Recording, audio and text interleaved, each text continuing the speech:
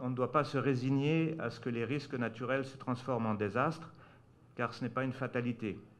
Et ce tremblement de terre du 14 août, c'est encore un vibrant rappel, comme Haïti en a eu de nombreux, un vibrant rappel pour qu'Haïti s'engage encore plus franchement et de manière très très volontariste, y compris au niveau du leadership national, et sur le long terme, sur les questions de gestion des risques et désastres, d'adaptation au changement climatique, comme des priorités nationales. Il y a trop d'argent, il y a trop d'attention, il y a trop qui va en Haïti à la réponse, et trop peu qui va à empêcher les désastres. Pour que l'action humanitaire puisse répondre aux besoins d'urgence, des financements urgents sont nécessaires, c'est pour ça que nous sommes là aujourd'hui. Sans financement, les partenaires humanitaires ne pourront pas tenir le rythme, ne seront pas en mesure de maintenir dans les semaines et les mois à venir des interventions essentielles visant à sauver des vies, à aider des gens à se remettre sur pied, notamment l'aide alimentaire, l'aide en termes d'abri, etc., tout ce que mon collègue Ramesh a dit, y compris au niveau agricole. L'agriculture d'urgence, très important pour que les paysans ne manquent pas une saison.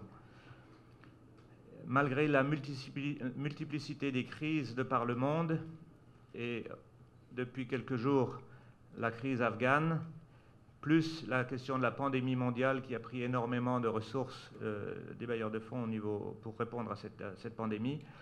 Tout ça a mis une grosse pression sur les principaux pays donateurs, mais il reste néanmoins essentiel de continuer à appuyer Haïti dans le cadre de cette crise qui vient de frapper durement le pays. Donc nous remercions d'avance les bailleurs de fonds pour garder Haïti en haut de leur liste de priorités malgré toutes les autres priorités. Donc merci pour votre appui, votre générosité. Tango nous dit main en pile charpalou et yon doit pas manger calalou. Donc l'unité fait la force. L'union fait la force. Merci en pile. C'est avec plaisir que je vous souhaite la plus cordiale bienvenue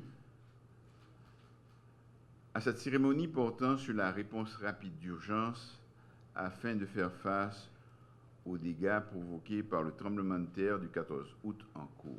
Cette mobilisation de ressources est d'autant plus cruciale qu'elle concerne des besoins stratégiques, tels que d'abord la protection des populations contre les intempéries en leur offrant des abris de fortune, faits de tentes, bâches. Ensuite, l'eau potable.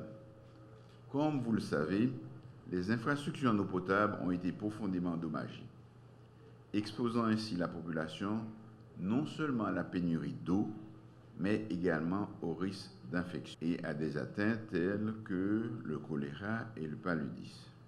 Après, il y a la sécurité alimentaire, avec un pourcentage déjà élevé de la population souffrant d'insécurité alimentaire de plus de 40% et des milliers d'enfants en situation de malnutrition aiguë. Si des interventions urgentes ne sont pas faites dans ce secteur, la crise sociale ne peut que s'exacerber. Nous sommes à une période particulière de l'année où les enfants doivent aller à l'école. Pour nous, nous dit très clairement que coordination aide-là doit être faite à travers un point focal qui c'est DPC. Nous voulons apprendre de l'expérience passée pour que nous puissions mieux construire demain. Avant-hier, en partenariat avec les Nations Unies, la Banque mondiale, l'Union européenne et la BID, j'ai procédé au lancement officiel du PDNA.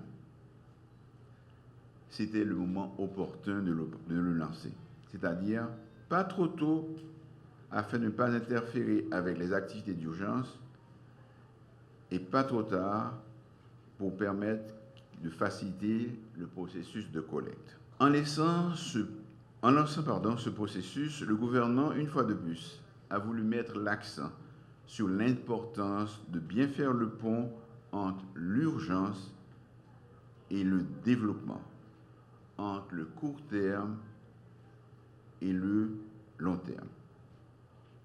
Merci encore à tous nos partenaires d'avoir répondu très vite à nos malheurs.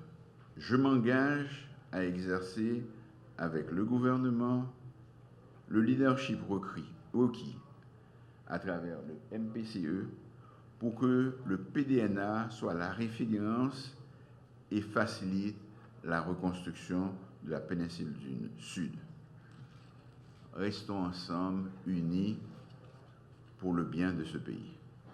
Nous sommes à la veille de la rentrée des classes. Pour le gouvernement, ça, c'est indispensable que Timoun retourne à l'école, que vous pas perdu le moins de jours de classe possible. C'est peut-être ça, nous avons comme priorité, des priorités que nous avons là, pour nous déblayer sites qui ont des brio pour que nous soyons capables de faire de l'école en battante, en bas des grands hangars protégés. Nous voulons tout, on appuie à parents qui déjà décapitalisés pour que Timio retourne à l'école. Nous voulons on appuie tout à enseignants qui dans zone dans zone studio qui frappent ainsi qu'avec les élèves.